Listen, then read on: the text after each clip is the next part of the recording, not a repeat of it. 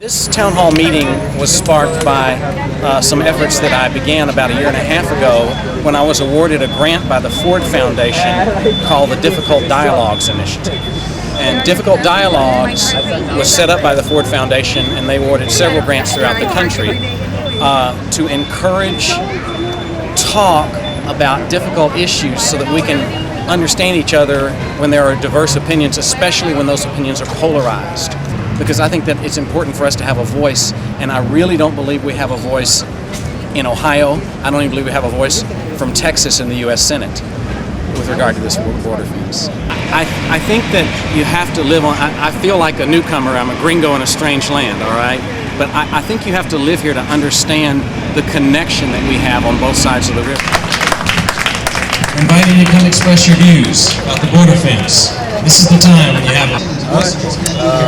I believe it's very important for people to express their opinions about how they feel, especially against this critical situation that we're having in our current city in Brownsville, Texas, of the border wall. I think it's very important that people express it, especially because right here on the border wall, by the border patrol and by the bridge, because this is where everyone travels from. This is where everyone's. When you keep on traveling from this bridge to Mexico, from Mexico, you're gonna see that wall. It's pretty crazy. It's pretty crazy. It's a huge change, you know. And not just that, it's pretty funny because they're doing it right here.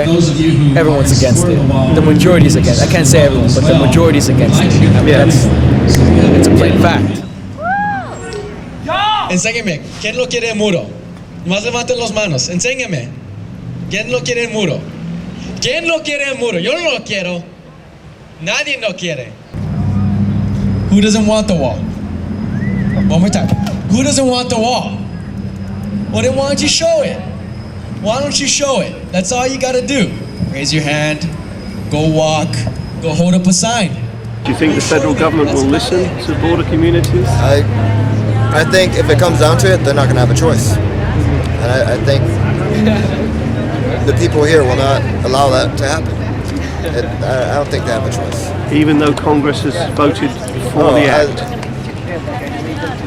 In all honesty, I think if it comes down to it and people are building up that wall, people are going to go there at night and things are going to happen to that wall. And they're going to have so many problems, they're just going to say this isn't worth it. Are you in favour of the wall? Tell us why. Well, my opinion is because I feel that people from Mexico, not only from Mexico, but from other countries, they come in here illegally and they, to me, I don't feel like, I think they should pay taxes. When I mean by taxes, I mean federal taxes, and they don't do that. And that's not fair. They get money, they get paid, they're getting taxes taken out. It's not fair to us who really work really hard for what we want, and I'm sure they do too, but my biggest issue is they come and they have children and they overcrowd the schools. I have a 5-year-old who's in kindergarten, and I want my son to get a quality education. Now, if there's more people coming to the country, they're having more children, they're going to be overcrowded in the school, in the classrooms, and my son is not going to get that one-on-one quality education that he deserves. I feel like there's got to be a better way. And Pat Iomata's idea for Brownsville of the mayor's idea of a dam and patrolling it with virtual fence makes a whole lot more sense and is a whole lot more appealing to me ecologically. You're going to invite our U.S. senators to come down and listen to the voice of Brownsville? I would be glad to invite those senators to come.